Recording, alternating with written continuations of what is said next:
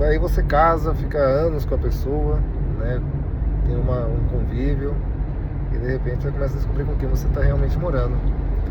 Você descobre que a sua companheira tem algum tipo de problema psicológico, ou o seu próprio marido pode ter um problema psicológico, faz uso de algum tipo de medicamento controlado, ou até alguma substância tóxica, ou até substância lícita, pode ser álcool, cigarro, bebida e tal. E a pessoa começa a entrar numa fissura tão maluca, que para de misturar o certo com o errado, com o duvidoso, alguma coisa, e começa a ter relações mais abertas com outras pessoas, talvez nem com cunho sexual, mas assim com cunho de expositivo, né? Expositivo, que é o expor o quê? Expor o seu companheiro a outro ou a uma sociedade. E aí dentro a gente já tem um versículo da Bíblia que está muito intrínseco, que isso quebra o relacionamento, né? Porque você vai enfraquecendo, você enfraquece as pessoas pela sua palavra, pelo que você projeta. Você tem esse caso. Diante disso aí, encontrar um caso de fato real, um casal, né? Um rapaz profissional, a outra também é um profissional, uma da área de devoção, outra da hora de manutenção, né? Isso durante o tempo, ambos foram desgastando o relacionamento. No caso da moça, ela foi internada com uso de Zolpidem e essas outras coisas, enquanto isso o marido trabalhando, né? Continuava seu trabalho, cuidando da filha, tal, levando para estudar e fazendo tudo certo, tal. Certamente esse casal teve um cunho desgastante, né? Mulher internada no local para recuperação de dependência química. No caso, o pai abandonado nas suas tarefas do lares e domésticas, e além de cuidar da criança, ainda trabalhando e tendo que casar toda essa situação. E aí eu olho para você, homem, quanto custou isso para você? Ah, não, mas vamos salvar a mulher. Não, não é vamos salvar a mulher, é o que vem depois disso, né? A sequência da história não é muito boa, nem prazerosa. Certamente eles mantiveram uma amizade, mas não mais uma relação. E diante disso abriram essa relação e possivelmente começaram a conhecer outras pessoas mais interessantes, tanto do lado da mulher quanto do lado do homem. E a gente não pode proibir que isso ocorra. Começa a ser talvez um pouco mais interessante ver a grama do vizinho, ver o que acontece do lado, ver o que está acontecendo. Mas não podemos tirar o mérito, né, de que um homem tentou salvar uma mulher durante o seu estado mais crítico da vida, onde ela precisou de suporte de talvez médicos, outros homens e outras mulheres para poder voltar à pessoa que era, ou se transformar em uma outra pessoa que não dependesse mais de coisa química. E esse homem manteve a casa e talvez por alguma situação fisiológica ou de qualquer outra situação também se relacionou com outras pessoas. É apenas uma história, não é uma verdade, não é uma mentira, mas é uma história contada de um ponto de vista técnico. Não que um esteja mais certo e o outro mais errado, não estamos falando disso, né? Na verdade não somos ninguém para julgar. Hoje, abre um paralelo, sai dessa história. Se a pessoa quiser ter um relacionamento aberto, ela pode ter 2 homens, 3 homens, 4 homens, 3 mulheres, 4, 5, 6 mulheres. E desde que isso não cause nenhum tipo de constrangimento a familiares e tudo isso. E mesmo que causar, não tem problema. Cada um escolhe a vida que quer viver e paga o preço que quer pagar por isso.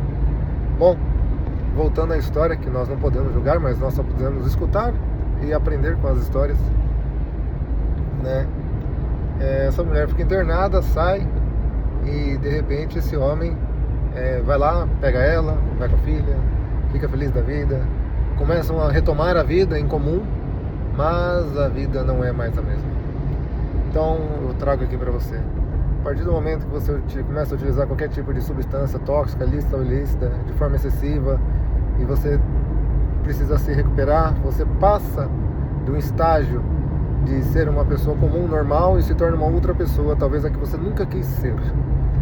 E você teve que ser essa pessoa que você nunca quis ser e fazer coisas que você nunca pensou em fazer. Não importa o que você precisou fazer, mas você fez e você se retomou. Esse casal retomou a vida, mas não da mesma forma, não com a mesma intenção e talvez com o mesmo íntimo que era aquele relacionamento no começo, né? E logo na sequência esse casal começou a ter farpas, trocar farpas e não estar mais muito bem entre eles, mas mantiveram a amizade. Num certo momento, a mulher, aí eu trago Nós precisamos ter essa maturidade da sociedade feminina, não destruir uma sociedade masculina, né? Então a gente não pode ir de frente a isso.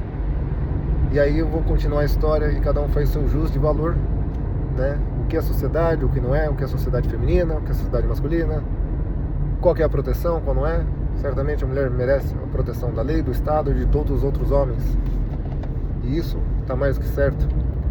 Mas também a mulher deve respeito a um homem, mais do que tudo. Essa mulher, no dia do aniversário desse rapaz, fez um boletim de ocorrência falando que sofreu violência do cunho sexual e de qualquer outro tipo de forma, de palavrão e todas as outras coisas. Foi até a casa, pegou a medida protetiva, foi até a casa desse cidadão, retirou todas as coisas do cidadão, inclusive os materiais de trabalho desse cidadão, roupas de cunho pessoal, sapatos, chinelo, terno, notebook, tudo. Depenou a casa. Diante desse depenamento da casa, você faz aí a sua conclusão. Foi feita a medida protetiva, foi dado o distanciamento entre eles, e logo na sequência, o que aconteceu?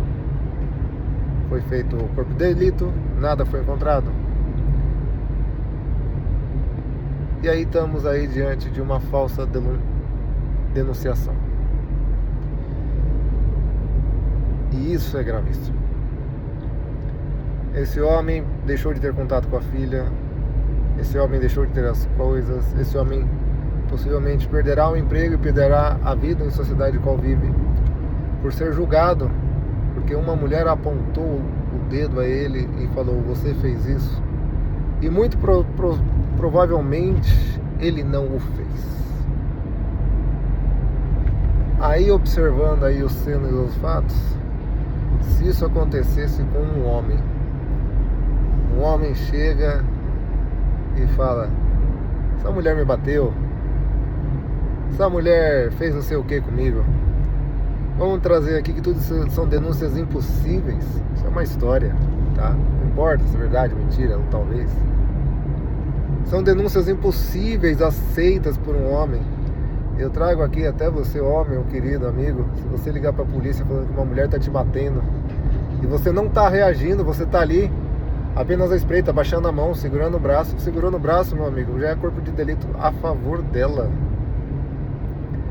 Então a interpretação hoje da lei e dos fatos, e as delegacias já têm visto isso, esse apoderamento da violência feminina escrachada a fim de destruir, não é destruir uma sociedade masculina, uma sociedade machista, é destruir os próprios filhos, destruir a própria criação, destruir a própria origem, imputar uma mentira, construir uma falsa realidade.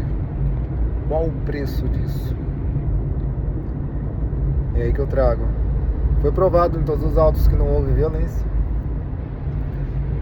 A filha está afastada desse país desde fevereiro. Para isso nós damos um nome, quando a mãe ou algum genitor influencia de forma negativa o convívio do pai e filho, a gente dá um nome de alienação parental. Então a gente vê aqui que esse homem, ele poderá se insurgir contra ela de várias formas. Dano moral,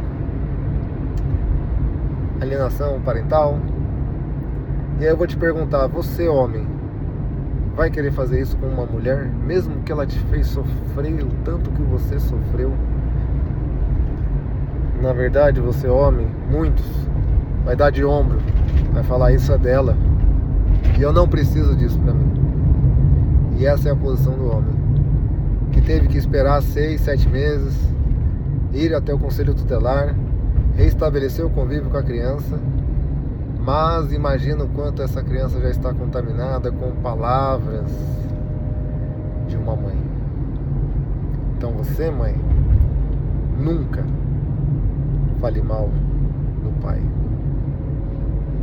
Quem tem que tirar as conclusões é a própria filha, e você sempre proteja o ambiente familiar, porque essa criança está levando isso para uma próxima geração e vai carregar essa herança genética, se a sociedade não fizer nada.